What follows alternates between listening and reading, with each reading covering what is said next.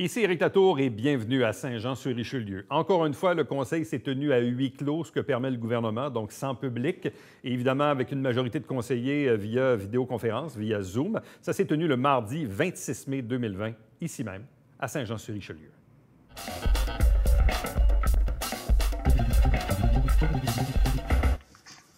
Donc, avant de passer la période de questions, je vais tout de même, on avait parlé la semaine dernière de donner des responsabilités à chacun des membres du Conseil dans le cadre surtout du déconfinement de la COVID-19. Donc, ça va être comme ceci. Les gens du Conseil ont tous en main le document après les avoir consultés toute la fin de semaine.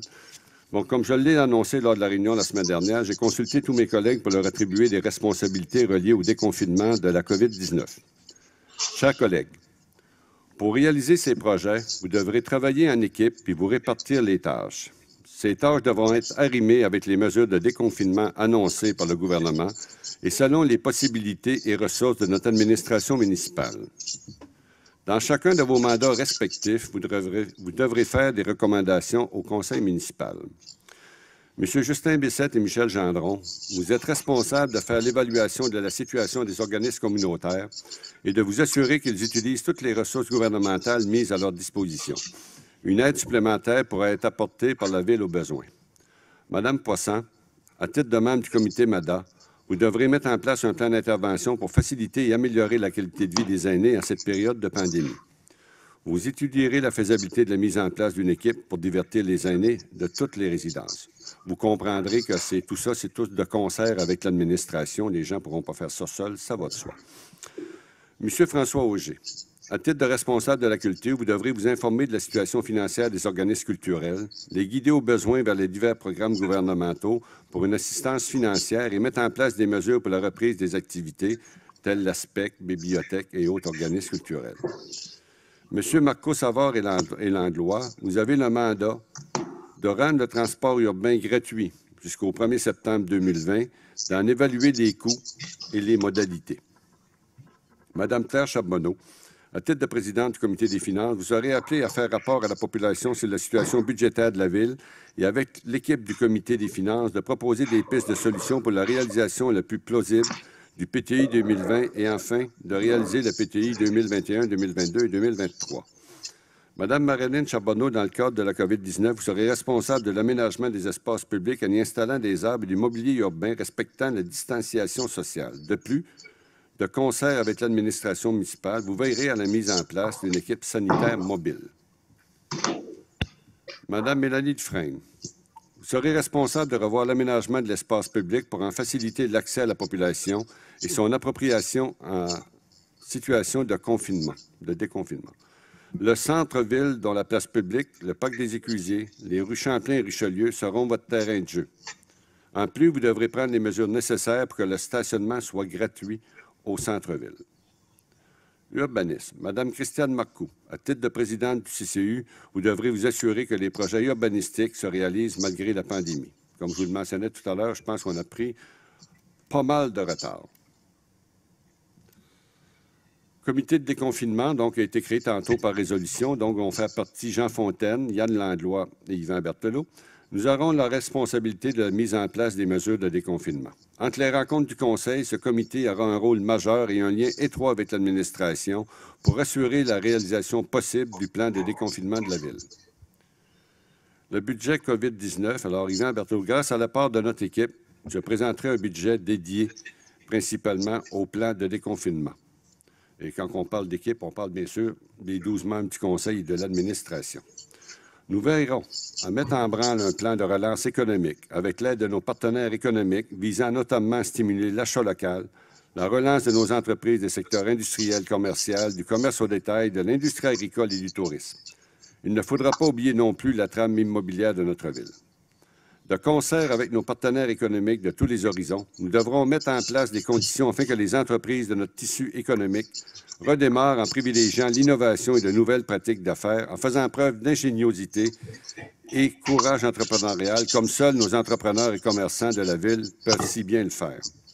La relance économique de notre Ville sera ainsi intimement associée à la volonté, à l'audace et à l'imagination de nos entrepreneurs et commerçants, tous secteurs confondus. Finalement, nous utiliserons une partie des surplus pour stimuler l'économie et améliorer la qualité de vie des citoyens. Nous vous reviendrons ultérieurement avec, bien sûr, des prévisions budgétaires en ce sens. Il va de soi que j'agirai comme chef d'orchestre et coordonnateur pour la réalisation de ce plan de déconfinement afin de vous accompagner dans la réalisation de vos projets qui devront exclure la partisanerie politique qui n'a pas sa place en situation d'urgence. D'autres projets seront réalisés par le Conseil au cours des prochaines semaines. Au niveau de la circulation, nous mettrons en place des zones de 40 km/h. Également, des actions seront prises afin de ralentir la circulation sur certaines rues. Pour donner un accès virtuel à la rivière Richelieu en tout temps, nous installerons des web-caméras avec vue sur la rivière et le nouveau pont Gouin. Joannès, vous avez des idées? Vous avez des questions? Vous pouvez nous les faire parvenir par courriel ou sur le site de la Ville. À la demande de Marilyn Charbonneau, nous allons restreindre l'accès à la rue Sainte-Thérèse à la circulation locale seulement, afin de faciliter les déplacements piétons et cyclistes. Nous prolongerons la piste cyclable sur la rue Champlain jusqu'au centre-ville. En ce sens, une voie sera maintenue pour la circulation en direction sud et l'autre voie sera réservée aux cyclistes afin de respecter la distanciation sociale. Je vois souvent sur la rue Champlain les gens qui sont sur le trottoir, puis ils sont deux, ils se rencontrent, ils mettent le pied dans la rue, il y a une voiture qui arrive.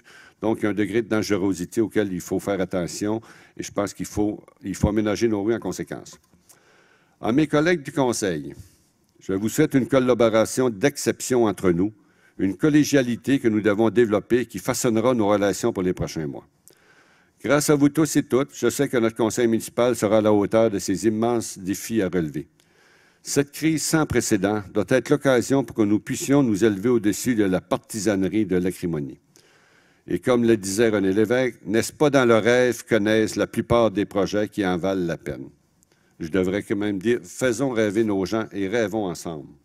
Chers collègues, je nous souhaite sincèrement et humblement d'avoir du plaisir dans la réalisation de ces projets et je fais appel à votre solidarité et à vos rêves durant cette période difficile de la COVID-19.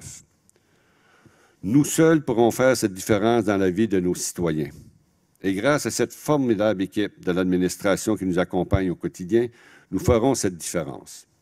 Nous entrons dans une phase de déconfinement. Je vous rappelle qu'il est important de respecter les mesures de la santé publique telles le lavage des mains, la distanciation sociale et, pour ceux qui le souhaitent, le port du masque. Alors, ça a été le résultat de consultations qu'on a eues entre nous la fin de semaine et des rôles et responsabilités. Et bien sûr, l'événement important est la création d'un comité de déconfinement qui va faire partie de M. Fontaine, Yann Langlois et Yvan Berthelot. Donc, il va voir entre les pour on ait plus de souplesse ou d'agilité dans nos recommandations, nos décisions. Ce comité est déjà appelé à une rencontre dès demain pour pouvoir effectivement commencer à regarder les projets qu'on a travaillés déjà depuis une semaine à peu près que je suis au travail. J'ai soumis beaucoup de projets, j'ai consulté tout le monde. Les 11 conseillers, les 12 conseillers ont tous été consultés et ont encore des projets qui vont s'ajouter certainement. Donc, c'est en gros les projets que nous essayons de réaliser, bien sûr, toujours dans la capacité budgétaire, dans la facilité de réalisation, dans la capacité de l'administration aussi, parce que l'administration a pris du retard, toutes les villes ont pris du retard, je le disais tout à l'heure. Notre excellente situation financière, dont on a cumulé des surplus, fait des réserves, augmenté le fonds de roulement depuis une dizaine d'années, va nous permettre, comme ça a été le cas pour les inondations, de traverser ces moments difficiles, nous le souhaitons, sans heurts majeurs au niveau budgétaire. C'est sûr que ça va avoir un impact, mais nos réserves, on pense, vont être suffisantes pour atténuer tout ça. Donc, je pense que c'est une bonne nouvelle. On est une des rares villes au Québec qui peut se permettre, je pense, de dire ça. Et bien sûr, on va avoir besoin d'accompagnement de nos paliers gouvernementaux dans la réalisation de certains projets, comme ils vont aider toutes les villes du Québec. Donc, je remercie beaucoup les membres du Conseil d'accepter de prendre tous ces défis-là, tous ces mandats-là. Et sachez que vous avez mon entière disponibilité, ma très grande collaboration pour vous aider là-dedans, vous accompagner. Et j'ai su aussi l'engagement de toute l'administration municipale à vous accompagner dans la réalisation de ces projets, qui sont des projets que je peux dire un peu en dehors de la situation du Conseil, qui sont des projets de déconfinement d'une pandémie ou de la COVID-19. Puis je suis sûr qu'ensemble, on va faire des beaux projets. Et si vous avez d'autres idées, ne vous gênez pas. Faites-nous-les parvenir et ça nous fera plaisir, bien sûr, des étudier et de voir si on peut les réaliser. Je souligne que notre défi est de faire d'une situation négative en faire une situation positive. Donc, c'est ça qu'on a comme défi. On sait que les gens se déconfinent tranquillement. Il faut toujours respecter la distanciation. C'est extrêmement important. Il faut donc qu'on aménage notre ville en ce sens. Il faut donner la chance aux gens de venir se réapproprier la rivière, leurs rues, leurs espaces urbains, leurs places publiques, mais en respectant, bien sûr, la distanciation sociale. C'est extrêmement important. Et c'est pour ça que j'ai suggéré qu'on ait une équipe sanitaire volante, si on veut, qui va se promener et qui va avoir comme mandat de voir, en rappeler aux gens de ne pas oublier cette distanciation et bien sûr, voir à désinfecter des endroits rapidement lorsque des gens quitteront une place, par exemple. Donc, c'est une équipe qu'on va mettre en place, je pense, avec la volonté du Conseil et de l'administration. Alors, merci beaucoup encore.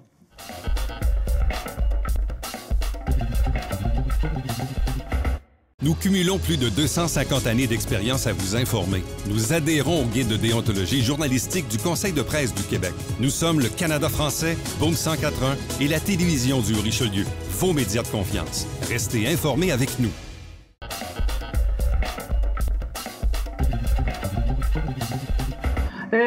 Ce soir, bonsoir. Donc, ce soir, j'aimerais vous parler de la Hart Battery, le terrain de la Hart Battery.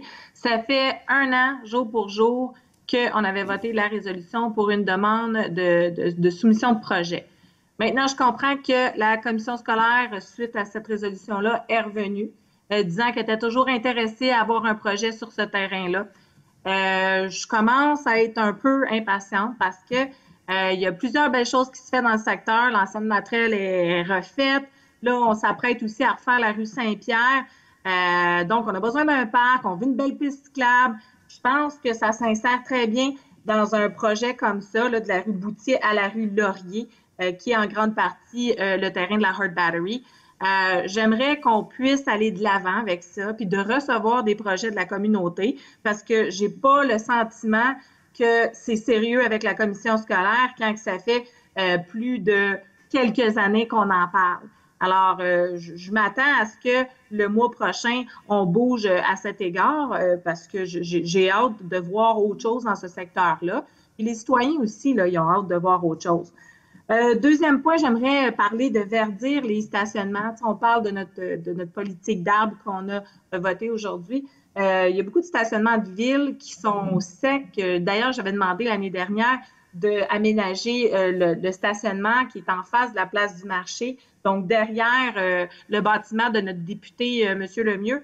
J'avais demandé à ce qu'on mette de la verdure ou quelque chose pour le rendre plus beau, moins chaud aussi.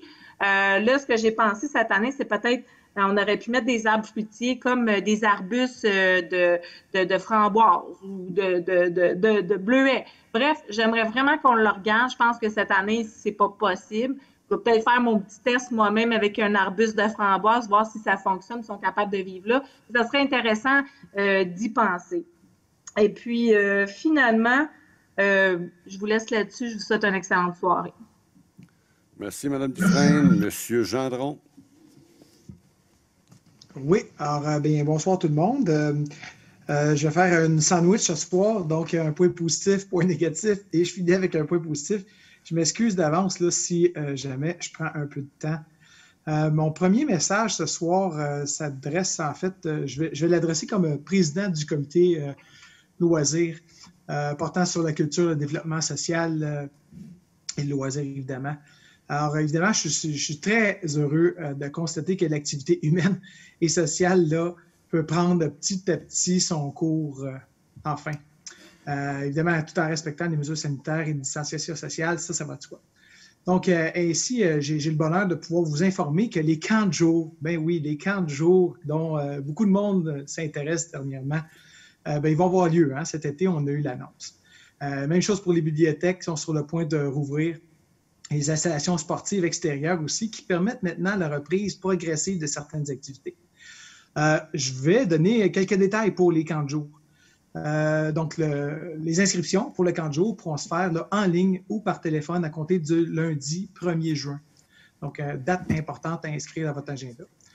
Évidemment, le souci de premier plan est de combiner le plaisir et la sécurité des enfants, parents et du personnel. L'équipe de loisirs travaille très fort, je vous assure, là, actuellement, pour revoir le fonctionnement du camp afin d'offrir aux enfants là, des activités diversifiées et originales. Parmi les mesures adoptées, là, révision du ratio moniteur, groupe d'enfants, qui évidemment va de soi. Pour des raisons sanitaires, il y aura moins d'enfants cette année par groupe, évidemment. Pour plus de détails, évidemment, là, vous pouvez, pour la programmation des camps de jour, ou même pour postuler comme animateur, évidemment, on a une chance de pouvoir le faire. Et je vous invite à consulter le site Internet là, de la Ville. Là, pour ceux qui ne le connaissent pas par cœur, c'est sjsr.ca. Étant donné que c'est par rapport au camp, c'est un / camp, C-A-M-P. Donc, voici le message pour les camps de jour. Au niveau des bibliothèques, bonne nouvelle, la réouverture va se faire pour nos bibliothèques aussi. Et ça, c'est dès le mardi 9 juin. Donc, à court terme, les bibliothèques vont offrir un nouveau service de prêt pour emporter.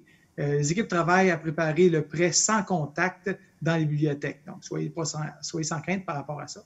L'équipe du service de culture, de développement social et de loisirs, ils travaillent actuellement à mettre en place toutes les mesures sanitaires exigées par la santé publique. On va publier au cours des prochains jours tous les détails sur la façon que vous pourrez faire des prêts de livres. On trouvera tout ça, encore une fois, sur le site Internet de la Ville à sjsr.ca. Et là, c'est / bibliothèque au pluriel. Finalement, nous assistons à la réouverture des installations sportives, tranquillement, pas vite. Ainsi, les annonces du gouvernement de confinement graduel, il faut noter ici là, que les installations suivantes sont seront sous peu accessibles.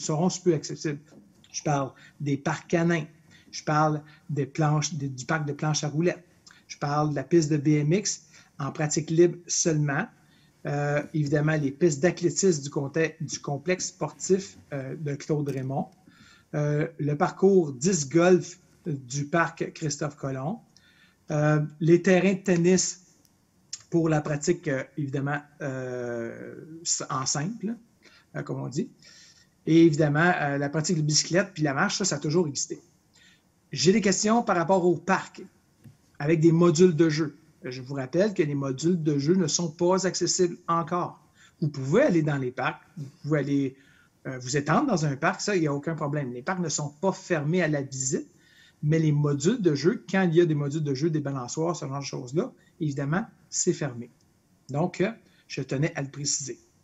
Donc, mon deuxième point, et là, c'est mon point négatif. En fait, c'est un point qui m'attriste. En fait, c'est sûr que c'est négatif, là, parce que ça m'attriste énormément. Il y a eu, au bout de la rue Guertin, il y a un boisé et il y a eu abattage d'arbres à ce secteur-là, sur des terrains privés, mais sur des terrains qui étaient dans un boisé d'intention. C'est sûr que le propriétaire ici n'a pas pris de permis, malheureusement, a décidé d'abattre 130 arbres. Et là, on parle d'arbres, entre autres, là, de 1,5 mètre de circonférence. Là. Des arbres tout à fait en santé, des arbres qui ont été abattus. Là, je m'excuse du terme, là, mais de façon sauvage. C'est pas plus compliqué que ça. Ça a été fait de façon sauvage. Sans permis, je dois vous le dire. Bon, c'est sûr que là, l'entrepreneur va recevoir une amende. Là. Une amende qui va rouler autour de peut-être 10 000, 25 000 $. Ben, c'est pas assez. c'est pas assez du tout. Puis j'espère que, là, je veux aviser M. Lemieux et Mme Sanson que des amendes comme ça, bien évidemment, c'est sûr que les propriétaires vont juste refiler la facture à ceux qui vont acheter terrain puis ceux qui vont bâtir des nouveaux condos. Là. Puis, tu sais, ça n'aura pas trop paru sur le portefeuille. Il aurait fallu ajouter un petit zéro, par exemple. Une amende de 10 000 qui se transforme à 100 000, ça fait un petit peu plus mal. Puis une amende de 25 000 qui se transforme en 250 000, ça aussi. Tu y penses 2 fois d'aller chercher ton permis, même si c'est chez vous, même si tu pensais bien faire. Donc, c'est inacceptable qu'en 2020, des gens décident de faire gratuitement un geste aussi sauvage. Je voulais le dire. En terminant, M. Gendron? Pardon? En terminant? Oui, en terminant, je dois juste féliciter les partenaires. On a un programme à la Ville là, qui s'appelle 50 000 arbres en 10 ans, qui a été voté par la majorité du Conseil qui était là en 2015. Bravo, super initiative. Et là, si vous avez vu, sur le bord de l'autoroute 35, à la sortie de l'autoroute 35 et la route 104, mais il y a eu plantation. Ça a commencé hier. Donc, j'aimerais remercier les partenaires Covabor, Nature Lab World qui ont aidé à la plantation, Salon du véhicule électrique de Montréal qui fournit 600 arbres, Grande dégustation de Montréal qui fournit 500 arbres, la FADOC qui célèbre cette année leur 50e anniversaire, soit dit en passant, ils vont s'en rappeler de cette année-là, 500 arbres pour eux autres. Les Caisses des Jardins qui ont fait en 2 volets, un volet maintenant et un volet à l'automne. Au total, ce sera 500 arbres parce qu'il y a un programme, une hypothèque, un arbre pour eux. Et finalement, la Ville de Saint-Jean qui fournit là, 503 arbustes. Alors, bravo, c'est une excellente initiative de la Ville. J'encourage ça. On a déjà vu une première phase qui s'est faite autour de la sortie de Pierre-Caisse, si je ne me trompe pas de la sortie. Maintenant, c'est de notre côté, du côté d'Iberville. Bravo, belle initiative. Merci aux partenaires. Et c'est tout pour moi. Merci beaucoup, M. Gendron. Vous avez tellement de choses à annoncer que je vais vous inviter à faire partie de la période de questions mardi prochain, si vous êtes disponible. Ouais. Donc, à 10h30, vérifiez vos disponibilités, puis je suis sérieux, là. Hein? C'est bien. Je vais vérifier si je suis pas en cours, M. le maire, parce que je travaille encore. Oui, je sais. Moi. C'est pour ça que je vous dis ça. M. Fontaine? Merci, M. Gendron. Oui, monsieur. J'ai 4 points. Le premier point ce soir, c'est il est arrivé une situation particulière dans le quartier Saint-Eugène, et c'est qu'il est arrivé une coupure d'eau en pleine nuit. Et quand c'est la procédure, là, c'est une loi du ministère de l'Environnement, on ne veut pas que, dans le fond, les gens s'intoxiquent durant la nuit. Alors, et c'est une procédure très spéciale que j'ai vérifiée avec notre administration, puis on me disait que ça s'est fait à 2 ou 3 reprises, peut-être dans les 15 ou 20 dernières années. Alors, la procédure étant qu'il faut rejoindre tout le monde, bien entendu, pour pas que tout le monde s'intoxique. Alors, ce qu'on fait, c'est qu'on fait des appels téléphoniques à toutes les résidences et c'est arrivé à 1h22 du matin. Donc, c'est assez particulier de voir des citoyens, j'ai reçu beaucoup d'appels, beaucoup de commentaires. Je viens d'expliquer la raison pour laquelle on a fait ça, on n'avait pas le choix. Je sais que ça a causé toutes sortes de problématiques dans le style j'ai une mère qui est en CHSLD, puis on sait qu'il n'en reste plus pour longtemps, puis le téléphone sonne à 1h20 du matin, donc on a des mauvaises nouvelles à ce niveau-là. Bon, en tout cas, c'était la ville, donc il y a des gens qui ont été fâchés, mais disons que c'est un peu une expression en anglais, damn if you do, damn if you don't. On n'avait pas le choix de le faire. Bon, alors l'eau est réapparue dans le quartier samedi, et on a réappelé tous les gens pour dire que l'eau était potable, donc sur une période d'une journée et quelques. On n'a pas eu d'eau dans le quartier. Puis, juste pour l'anecdote, ce qu'on faisait dans les années passées, avant que les systèmes informatiques, tout ça arrive, on passait le fameux cornet, là. C'était le camion dans les rues, puis « Oyez, veuillez noter qu'il y a une coupure d'eau. » Et c'est arrivé en pleine nuit. Donc, vous imaginez ce que ça peut faire. Donc, les téléphones, c'est moins pire à ce niveau-là. Deuxième point, ce que je voulais dire, c'est que j'ai des amis qui ont des commerces de détail. Je suis moi-même consommateur, je sors pour aller faire des commissions. Puis je m'aperçois que des fois, le civisme, les gens ont été encabanés longtemps, prise de bec, il y a toutes sortes de lois, toutes sortes de trucs à respecter dans les magasins. Donc, je demande peut-être aux citoyens d'être indulgents. On vient d'être partiellement déconfinés. C'est une chance qu'on a de sortir, donc c'est le fun. Alors, ça va faire un lien avec mon troisième point, dans le fond. Mon troisième point qui est la fameuse traverse de piétons pour les golfeurs dans Saint-Eugène. Donc, je vous signale l'incident. C'est quelqu'un qui m'a appelé là-dessus. Donc, c'est quelqu'un qui a décidé d'arrêter pour laisser passer les golfeurs. Et l'automobiliste en arrière, lui, a pris panique, sorti de son char, commence à s'engueuler avec les golfeurs. Pourquoi on traverse? Puis vous jouez au golf. Pourquoi nous, il faudrait s'arrêter? Parce que c'est le fameux débat qui dure depuis des siècles. Alors, pour faire un lien avec mon deuxième point, je souhaite qu'il y ait un certain civisme dans la population. Quand il y a une traverse de piétons, puis ça, n'importe qui a voyagé aux États-Unis le sait, quand on met le pied sur une traverse de piétons, il faut s'arrêter. C'est comme ça que ça fonctionne. Alors qu'on ait joué au golf, qu'on ait été dans un parc, qu'on ait regardé les étoiles, qu'on ait fait ce qu'on voudra, donc les golfeurs ont le droit de traverser. Quand ils mettent le pied sur Jacques-Cartier, les autos, on arrête, puis c'est comme ça. Puis c'est bien correct comme ça aussi. Il y a une chanson des Cowboys, une chose on est tellement pressé d'aller nulle part. Donc, à un certain moment donné, il faut respirer par le nez, là, et on laisse passer les gens. Bon, dernier point, on va peut-être casser le party aussi de la gang concernant le 40 km/h. Moi, je vais vous dire tout de suite, je vais voter contre toute mesure qui va s'adapter à ça. Je pense que, je viens d'en parler, là, la vitesse, tout ça, c'est la circulation, c'est important. J'y crois, la sécurité des enfants dans nos rues, je crois à tout ça. Si on a des longues rues où on roule vite, exemple chêne vert, exemple, toutes sortes de rues comme ça, ben moi, je pense qu'on peut mettre du mobilier urbain, on peut faire du marquage au sol. Il y a toutes sortes de mesures pour faire en sorte de réduire le trafic, outre que de rouler à 40 dans nos rues. Je pense que 40 dans nos rues, c'est, en tout cas, pour moi, c'est pas acceptable. Je souhaite une mobilité urbaine plus rapide. Et vous me connaissez, de toute façon, je ne vais pas m'étendre sur ce sujet pendant 400 heures. Alors, voilà.